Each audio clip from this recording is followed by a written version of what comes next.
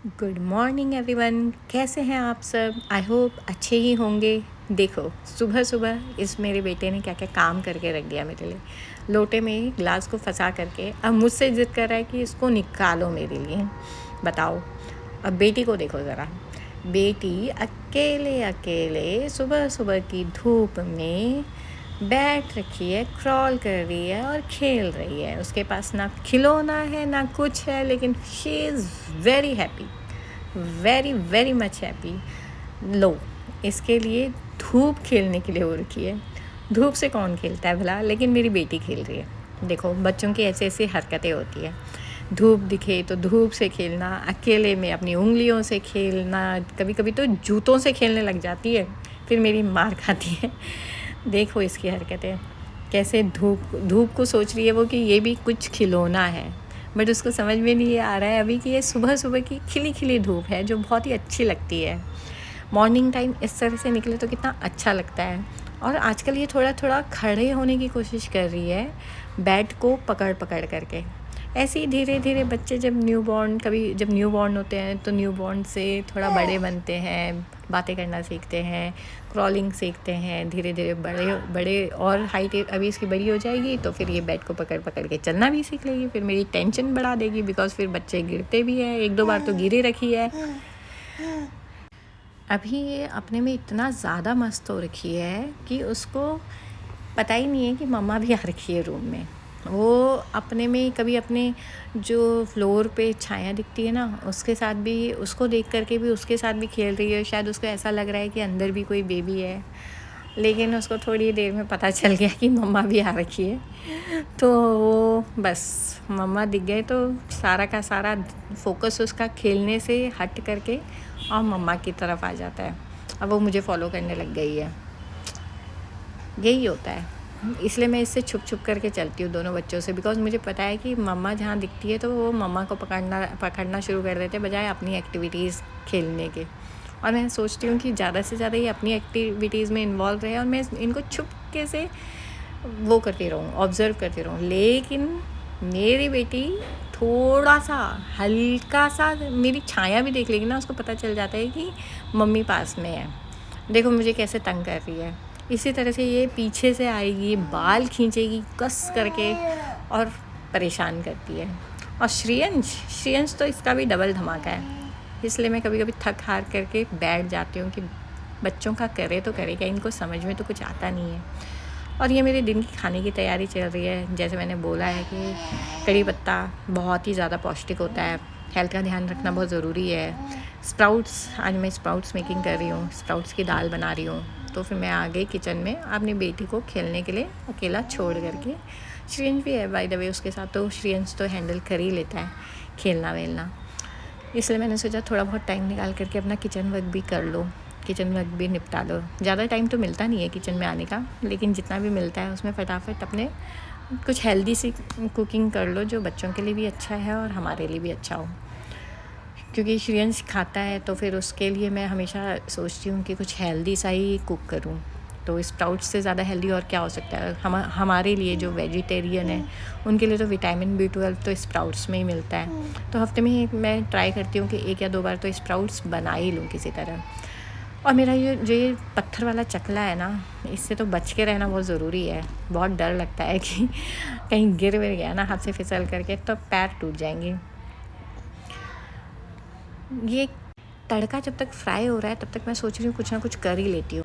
वैसे भी किचन में खड़े रहते हैं तो कुछ ना कुछ काम पक्का दिख ही जाता है, कभी बर्तन धोने का, कभी बर्तन लगाने का। तो इस बार मेरे को बर्तन लगाने का काम दिख गया है। तो फिर मैंने सोचा कि जब तक तड़का फ्राई हो रहा है, क्योंकि ना कुकिंग में यही सबसे बेकार चीज़ है कि हर चीज़ में थोड़ा थोड़ा वेट करना पड़ता है, पेशेंस रखना पड़ता है। मेरे हस्बैंड तो वैसे भी मुझे नसीहत देते ही रहते हैं, बब्बू पेशेंस रखो, पेशेंस काम आएगा। तो वो जितने टाइम में, अब हम लेडीज़ ही समझते हैं कि हमारे पास 10 काम होते हैं, तो पेशेंस रखने के लिए ना हमारे पास टाइम ही नहीं होता है। इस वजह से मैं हमेशा सोचती हूँ कि जब तक कुछ चीज़ें चल रही है तब तक 4 चीज़ें और निपटा लूँ।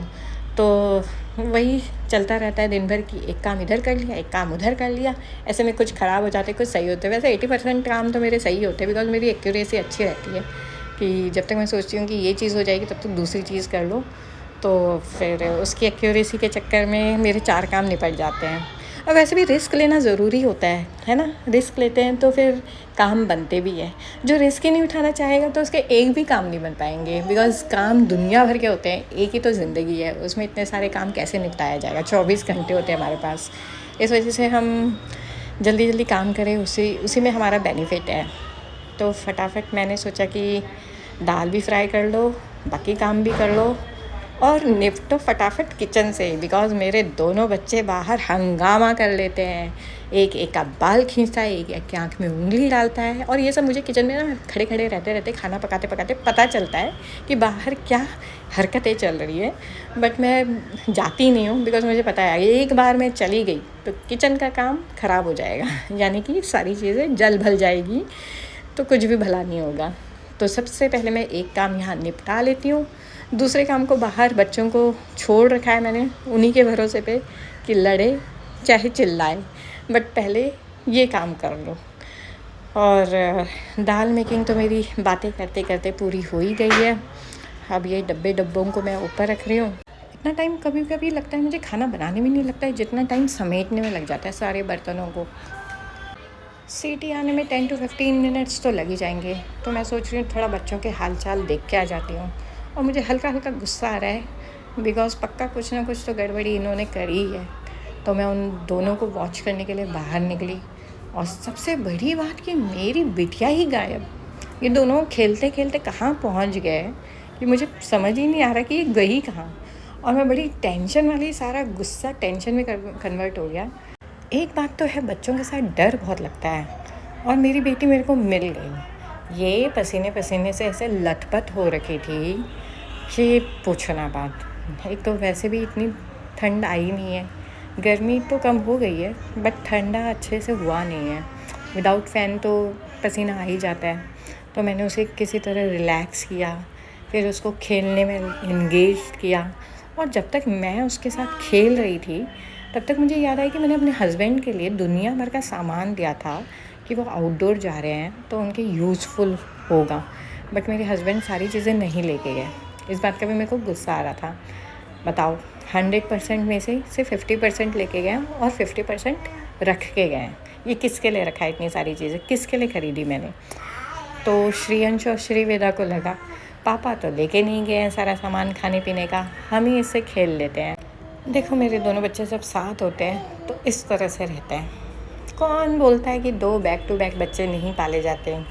पाले तो थोड़ा मुश्किल तो होता है, पाले तो जाते हैं, बट मुझे ऐसा लगता है कि उनकी बॉन्डिंग ठीक रहती है। हालांकि मेरी श्रीवेदा बड़ी चंट है, वो अगर उसको पता चल जाता है कि श्रीयंश मेरे पास आ रहा है, उसको ज़्यादा पास आने नहीं देती है। उसको ऐसा लगता है कि मम्मी की गोद में तो मेरा ही राइट बनता है खेलने का। श्रीयंश जैसे ही आता है वो उसको फटाफट बाल खींच करके कॉर्नर दिखा देती है, कहती है मम्मी की गोद में तो मैं ही रहूँगी। और हो भी क्यों ना, बेटी जो ठहरी, बेटियों का पहला हक बनता है ना मदर की गोद में।